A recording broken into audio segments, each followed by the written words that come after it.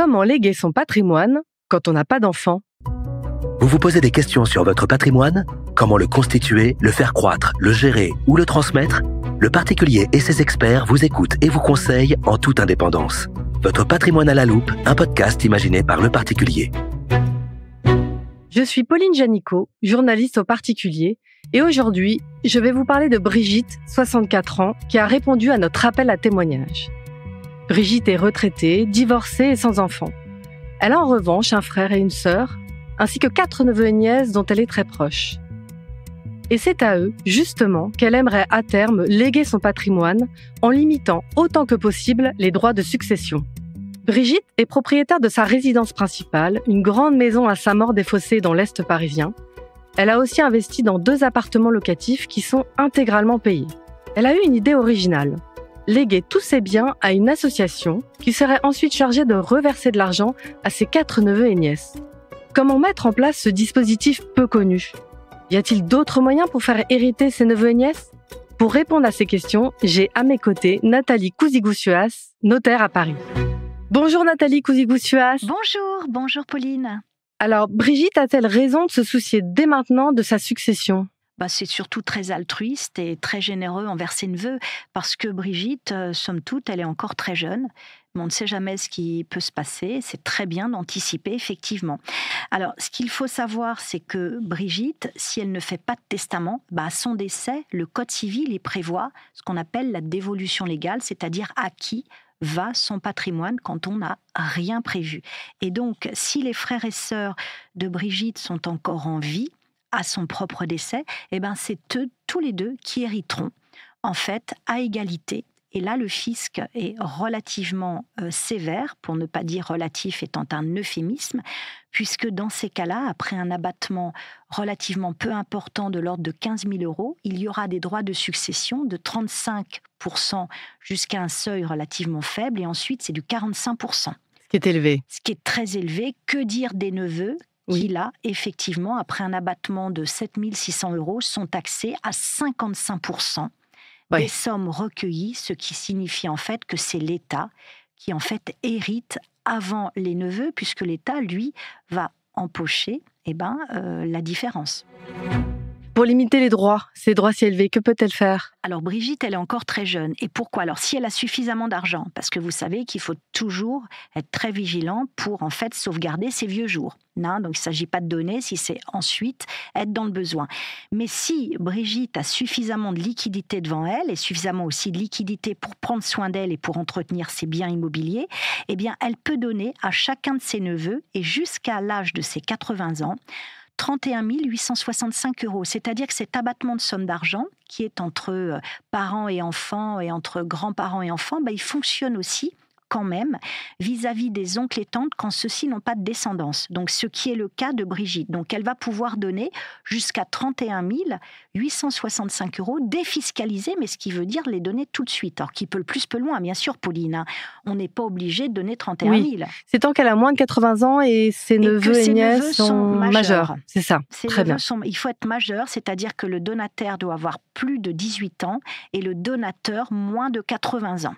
Donc, 31 865, c'est quand même une somme très importante et qui permet à ses 4 neveux un gros coup de pouce pour démarrer dans la vie et un apport pour un appartement, une maison. Oui.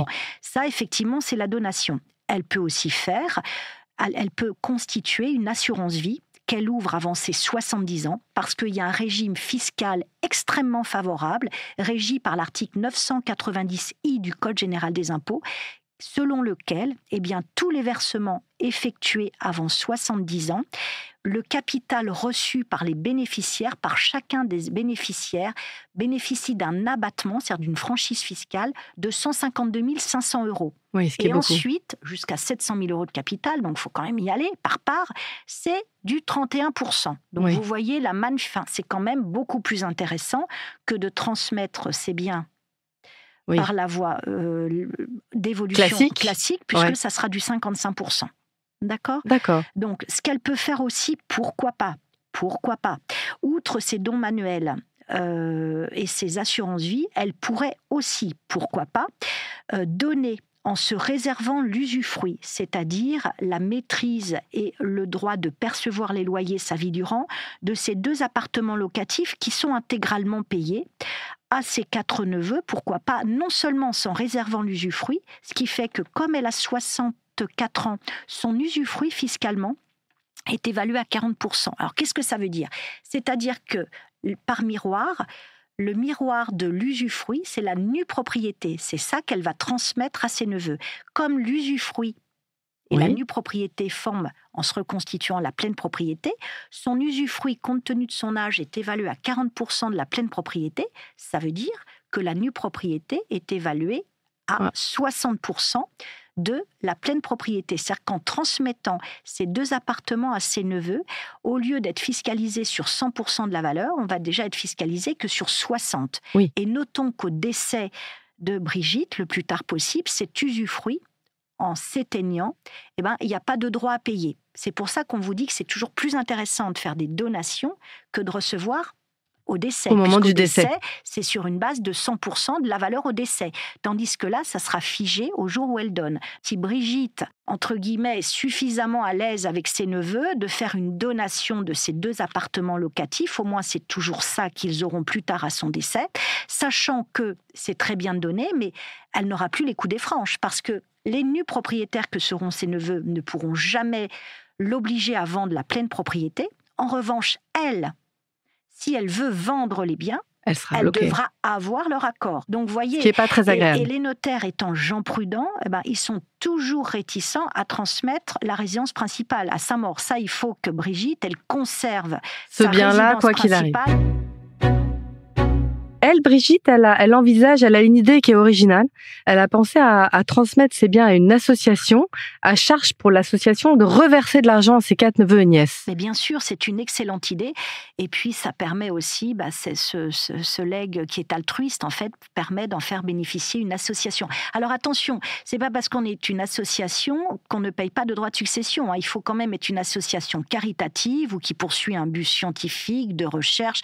Il y a des conditions. Il y a des conditions très précises. Une association caritative, elle sera complètement exonérée de droits de succession. Donc l'idée, effectivement, c'est de désigner ou une ou plusieurs d'ailleurs associations caritatives à charge pour eux de délivrer net de droit de succession aux neveux, une certaine somme ou tel bien immobilier. Ça sera l'association qui supportera ces frais de transmission aux neveux. Mais ce faisant, fiscalement, pour la succession, il y aura plus de transmis et les neveux recevront une somme nette, libre de droit. Libre de droit. Est-ce que, concrètement, comment ça se met en place, ce type de dispositif ? Eh bien, il suffit de faire pour Brigitte un testament, de se rendre chez son notaire et de dire j'institue pour légataire universel, alors telle association.